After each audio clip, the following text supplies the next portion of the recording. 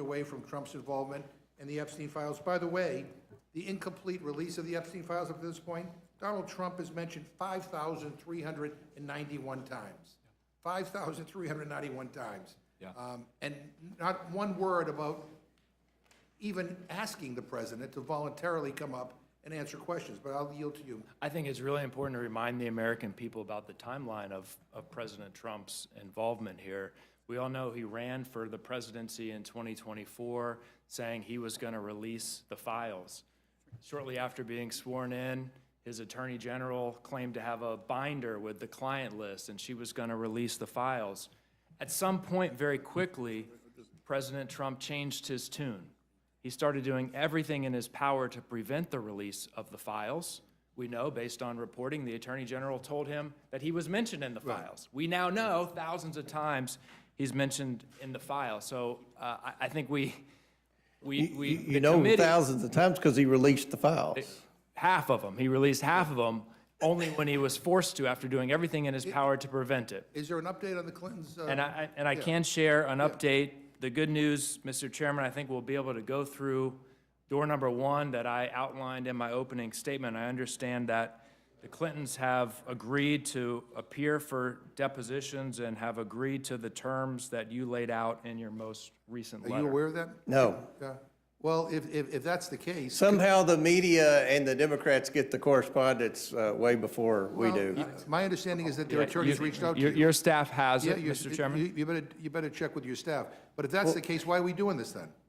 If the staff has it, they just got it because we've been in there waiting for you all to stop talking on the last bill so we could present this bill. And look, you said You can multitask. transcribe. You don't have They to. rejected a transcribe. He wanted a transcribed interview. The difference in a transcribed interview and deposition, you don't have to answer the questions in a transcribed interview. Right, but They've agreed to the terms in your I letter, would Mr. suggest that you consult with your staff.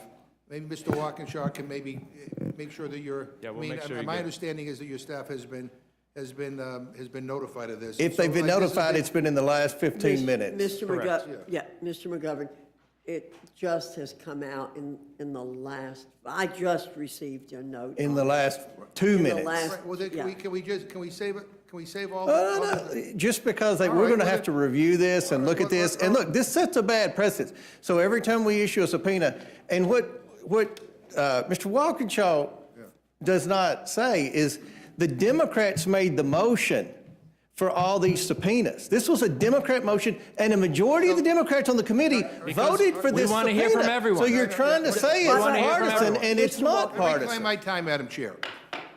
It's bipartisan. So, in other words, you're getting everything you want, but you still want to go ahead with the show. You're talking this about is- something nobody's this is even read yet, this is Mr. McGovern. All right, let me, so in the recent DOJ release of the Epstein files, there appears to be far more information of prominent people in Epstein's circle, including Donald Trump, Melania Trump, Elon Musk, and Howard Lutnick. Chairman Comer, do you know if top Trump advisor Elon Musk ever went to Epstein's rape island?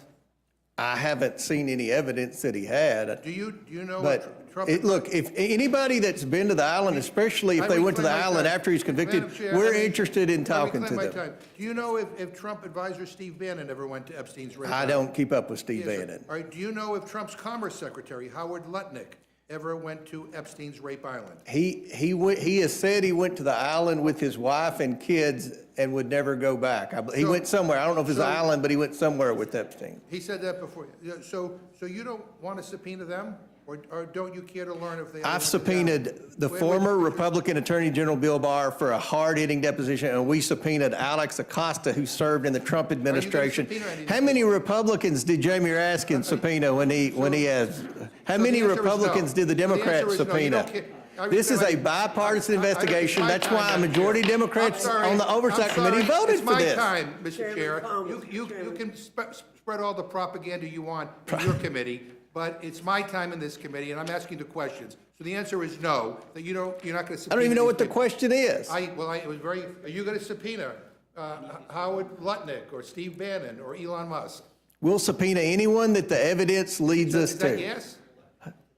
If the evidence, we'll talk about it with the committee. We don't just pull subpoenas out of our butts Chairman- like Jamie Raskin I would reclaim my do. time. Chairman Comer, the Oversight Committee issued a subpoena to Attorney General Bondi more than 5 months ago. I subpoenaed Pam Bondi for requiring her to the produce- Epstein Excuse me, documents. Madam Chair, can you muzzle the witness, please? I mean, Chairman Comer, the Oversight Committee issued a subpoena to Attorney General Bondi more than 5 months ago, requiring her to produce all of the Epstein files to Congress by August 19th, 2025. Yes or no? As of right now, has Attorney General Bondi fully complied with the subpoena? We're still reviewing the 3 million documents to see if that's all of the No, answer documents or is not. no. It's important. Just 1 minute, if I could. I'm going to ask you all not to talk over each other, but I do have a question something I'd like to ask, if you'd let me real Absolutely. quickly. I'm happy to Yeah, yield real to the quickly. chair. Thank you. People keep saying, have all the files been released? Does somebody have a total? No. Of the files?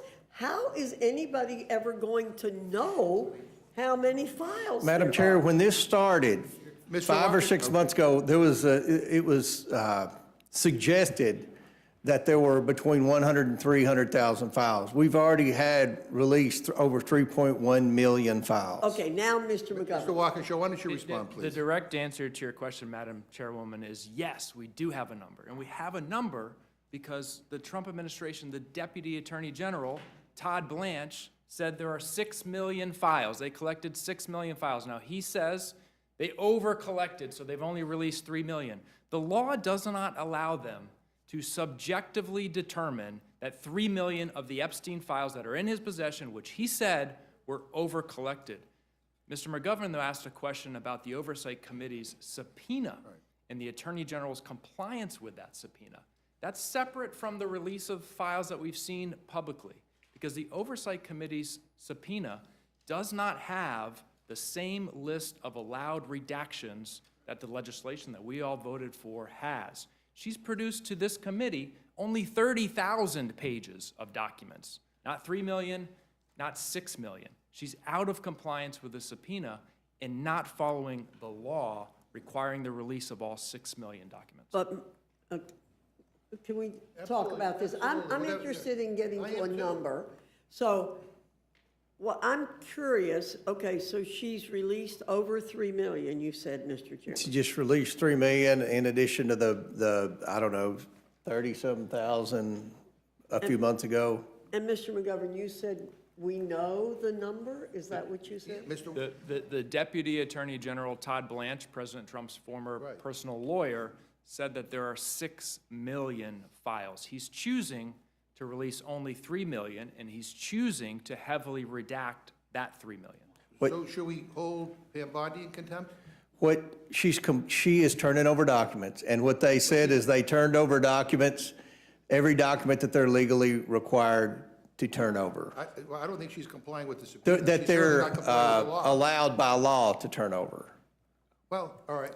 There's still investigations, there's class action lawsuits, there's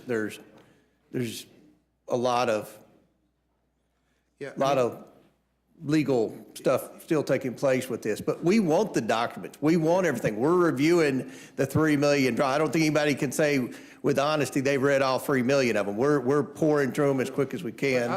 I'm worried about the 3 million that haven't been released. And do we know what's in those 3 million pages that haven't been released? We do not know. Have we heard because I've been reading public statements, but I want to know whether you have heard from Epstein's victims and survivors about the recent release by DOJ? Have you heard of some of the concern of some of the survivors who believe that DOJ is deliberately releasing personal information about them? See, that's- And while at the same time protecting the men that abuse these women?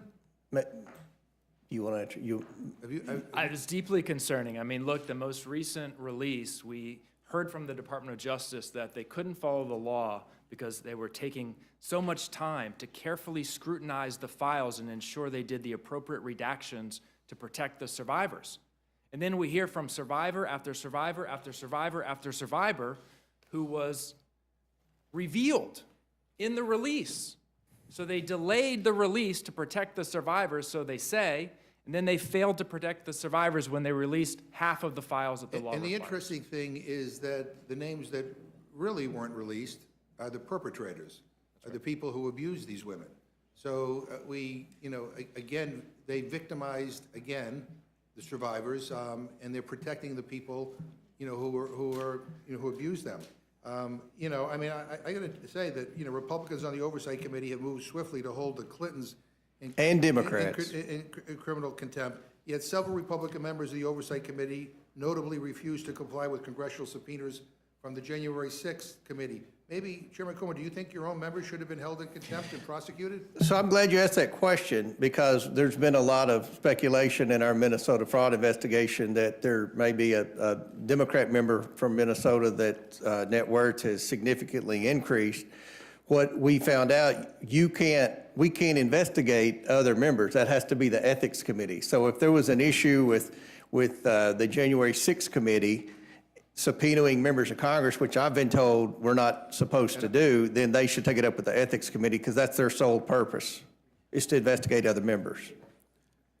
Yeah, so I'm just wondering whether we should recess for 5 or 10 minutes so that you can figure out what the Clinton development is, so we maybe can save ourselves a whole bunch of time. Well, may I ask you a question, Mr. McGovern? Is this going to be the standard practice every time we issue a subpoena? Whoever's in charge, Democrats, Republicans, whoever's in control, every time you issue a subpoena, letting them stonewall for 5 months, and then prove that you've got the votes on the floor in a bipartisan fashion to hold them in contempt? No, I think what the danger here is that the Clintons weren't negotiating in good faith, and you jumped to this. For to this thing 5 right here. months? Just Mr. say, Waukesha? we have seen Chairman Comer has repeatedly moved the goalposts here. Oh, that's At our bullcrap. That markup, is not it's my true. You've time. been here You 3 weren't weeks. asked the You don't, question. hey, that's You not weren't asked true, the Madam question, Mr. Chairman. At our markup, the chairman, Reporters can't hear you, so, just a moment. You made an accusation, Mr. Walkinshaw. I'm trying to That complete the my statement. Republicans moved the goalpost. That's right. I'm going to How explain can you that. back that up? I'll back it up this way. We had a markup a couple weeks ago on these contempt resolutions. The chairman laid out his objections to the Clintons' most recent offer at that time. He didn't like that they hadn't agreed to a transcription. He didn't like that they wanted to limit the amount of committee staff in the room. They had said that he hadn't agreed to limit the discussion to Epstein-related matters. He claimed at the time that was untrue, and he did want to limit the discussion to Epstein-related matters. All of those objections that the chairman laid out at our markup a couple of weeks ago were addressed by the offer that the Clintons made yesterday. We now know the additional objections that the chairman laid out in a recent letter have been addressed by the Clintons and their lawyers. So if we're going to continue to move forward, despite the fact that they have met everything you've asked them to meet, I think we've revealed what's actually happening. And so the question is,